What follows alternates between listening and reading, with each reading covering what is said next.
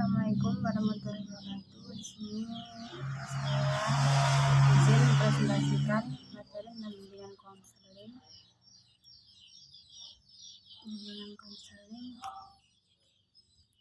Nama Nurul Fauzia, NPM 200101181. Baik, materi yang pertama yaitu tentang bimbingan konseling. Bimbingan konseling adalah pelayanan bantuan peserta didik baik secara perorangan maupun kelompok agar mandiri dan bisa berkembang secara optimal dalam bimbingan pribadi, sosial, belajar maupun karir melalui berbagai jenis layanan dan kegiatan pendukung berdasarkan norma-norma yang berlaku. Bimbingan konseling memiliki beberapa tujuan untuk membentuk peserta didik yang utuh dan seimbang secara aspek pribadi dan sosial, masyarakat, agama, dan susila, atau untuk mengatasi atau membantu individu dalam mengatasi masalah belajar. Nah, beberapa tujuan dari bimbingan konseling ini yakni yang pertama, tujuan bimbingan konseling dalam aspek pribadi dan sosial, di mana aspek tersebut berkaitan dengan lingkungan sosialnya dalam diri peserta didik tersebut. Yang kedua, tujuan konseling dan aspek belajar, di mana konseling ini membantu peserta didik dalam belajar, di mana peserta didik ketika mereka tidak dapat mengerti dengan materi pembelajaran yang diberikan. Yang selanjutnya yakni tujuan bimbingan konseling dan aspek karir. Nah, ada beberapa fungsi dari bimbingan konseling, yaitu pencegahan preventif, yang kedua fungsi pemahaman, yang ketiga fungsi perbaikan, fungsi pemeliharaan dan pengembangan, fungsi pengetasan, dan fungsi penyaluran. Yang selanjutnya tentang dasar bimbingan konseling. Pada hakikatnya merupakan faktor-faktor yang harus diperhatikan dan ditimbangkan khususnya oleh konselor selaku pelaksana utama dalam mengembangkan layanan bimbingan dan konseling. Ibarat sebuah bangunan, untuk dapat berdiri tegak dan kokoh dibutuhkan fondasi yang kuat dan tahan lama. Maka yang selanjutnya yakni tentang prinsip-prinsip bimbingan konseling, di mana bimbingan konseling ini adalah pemandu hasil kajian teoretik praktik yang didiskusikan dan digunakan sebagai pedoman dalam pelaksanaan suatu pelayanan dan pelaksanaan bimbingan dan konseling. Prinsip-prinsip yang digunakannya yakni sumber dari kajian filosofis, hasil-hasil penelitian, dan pengalaman praktis, di mana pengetahuan prinsip-prinsip bimbingan dan konseling sebagai prinsip BK secara umum.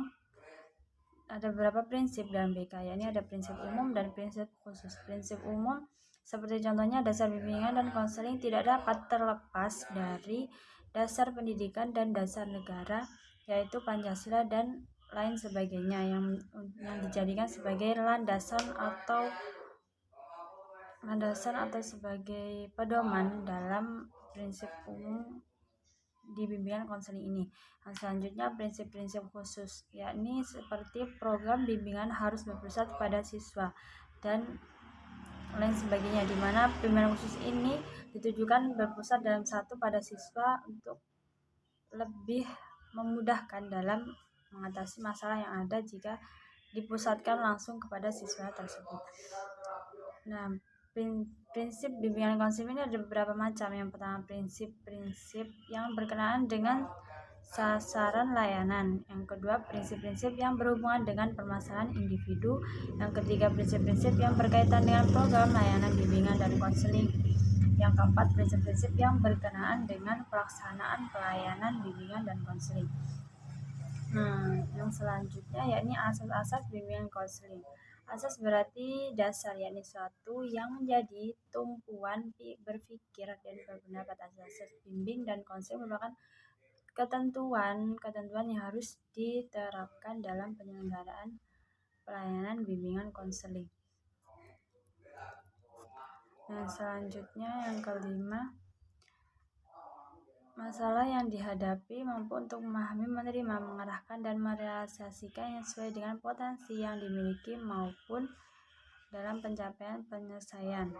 Bimbingan konseling merupakan pemberian bantuan yang dilakukan secara terus-menerus secara individu maupun kelompok, di mana bimbingan konseling ini membantu setiap individu atau kelompok dalam menghadapi setiap masalahnya.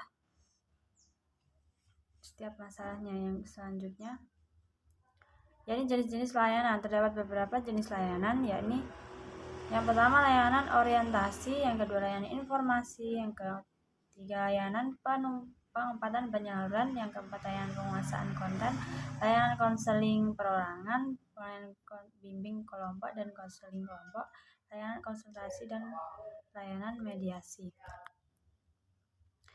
Selanjutnya ini makalah 6, ini kegiatan pendukung bimbingan konseling ada 5: aplikasi instrumen, himpunan data, kunjungan rumah, konferensi khusus, yang kelima, dan alih tangan. Selanjutnya, di mana kesalahpahaman di mana kesalahpahaman ini sering terjadi, di mana setiap informasi atau penyampaian informasi dengan pengertian yang menerima informasi tersebut berbeda dengan yang memberikan informasi, di mana setiap kesalahpahaman itu akan terjadi setiap dalam permasalahan yang ada. Yang selanjutnya, yakni pengertian masalah belajar, di mana masalah adalah adanya kendala yang harus dihadapi oleh seseorang, namun masalah yang dimaksud adalah sulitnya menerima materi dalam proses pembelajaran.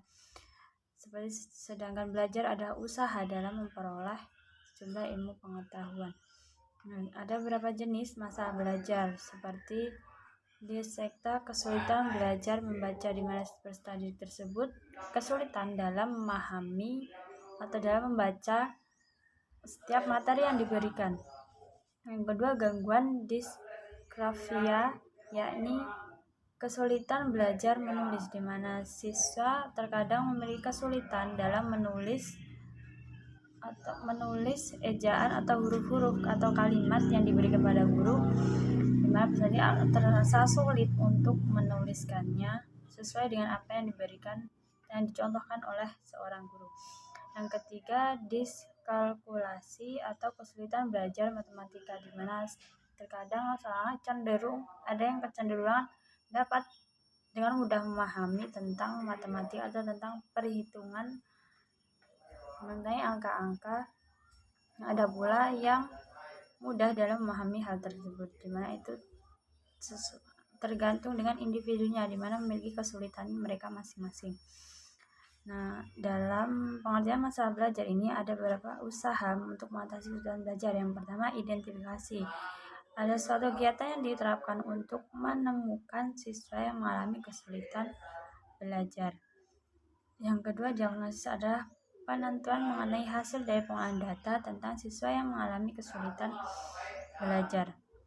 Yang ketiga, prognosis adalah menunjuk pada aktivitas penguasaan rencana atau program yang diharapkan dapat membantu mengatasi masalah kesulitan belajar siswa. Misalnya tes diagnosis, di mana tes diagnosis ini untuk mengatasi masalah yang kurang sekali diperhatikan di sekolah. Biasanya jarang sekali diperhatikan karena tidak terlalu terlihat atau bagaimana ya. Lewat tes ini dapat diketahui letak kesalahan atau kelemahan siswa, bagaimana kok siswa tersebut dapat kesulitan dalam menerima pembelajaran.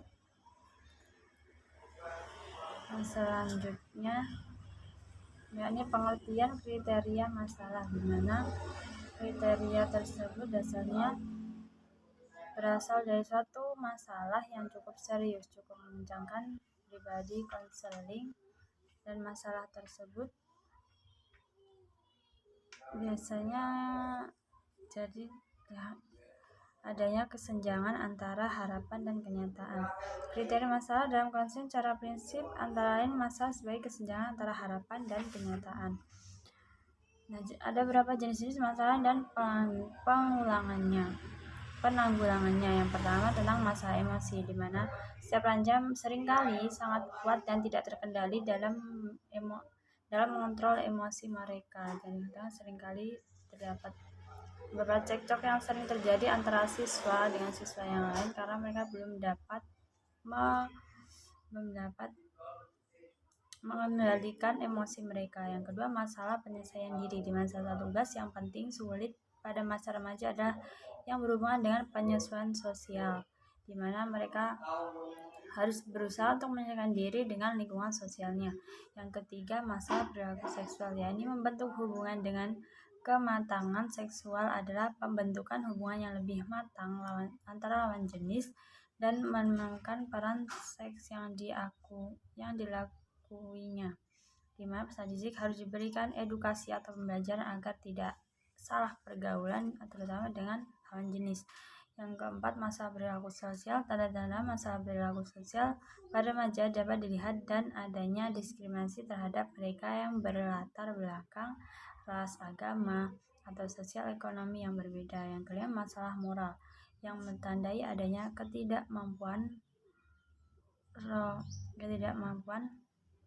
remaja dalam membedakan mana yang benar dan mana yang salah, di mana masalah moral ini seringkali terjadi karena di masa remaja mereka masih sulit untuk membedakan mana yang benar dan mana yang salah. Terkadang mereka itu sering terpengaruh dengan lingkungan sekitarnya, terkadang ikut yang benar, ikut yang salah. Jadi masa remaja ini sangat masa yang rentan bagi mereka yang jika kesulitan dalam mengatasi setiap masalahnya. Yang keenam, masalah keluarga, biasa terjadi karena adanya kesalahpahaman antara anak dengan orang tua, di mana biasanya terjadi cekcok antara di dalam keluarga, jadi membuat anak tersebut dengan keluarga itu terasa seperti memiliki masalah dengan keluarga, di mana anak tersebut seringkali tidak merasa nyaman dengan keluarganya karena terdapat masalah dalamnya. Selanjutnya, yang ke-10, yakni peran guru bimbingan dan konseling. Guru BK bertugas memberikan layanan bimbingan dan konseling untuk kepentingan siswa, di mana peran bimbing dan konseling ini sangat penting dalam membantu siswa untuk mengatasi masalahnya. Yakni faktor-faktor yang mempengaruhi kesulitan belajar siswa dapat bersifat psikologis, sosiologis, maupun fisiologis, di mana ada dua faktor, yakni faktor internal dan faktor eksternal. Di mana faktor internal ini yakni faktor yang berasal dari dalam, yakni hal-hal atau keadaan yang muncul dari dalam diri siswa sendiri dan menimbulkan masalah bagi dirinya. Faktor eksternal yaitu hal-hal atau keadaan yang berasal datang dari luar siswa seperti lingkungan, keluarga, dan lain sebagainya, di mana biasanya faktor dari luar ini sangat mempengaruhi siswa tersebut karena biasanya faktor lingkungan ini akan cenderung langsung membuat siswa dapat mengenali bagaimana mereka akan mendapatkan masalah tersebut. Sekian dari saya. Terima kasih atas perhatian. Thank you for attention. Assalamualaikum warahmatullahi wabarakatuh.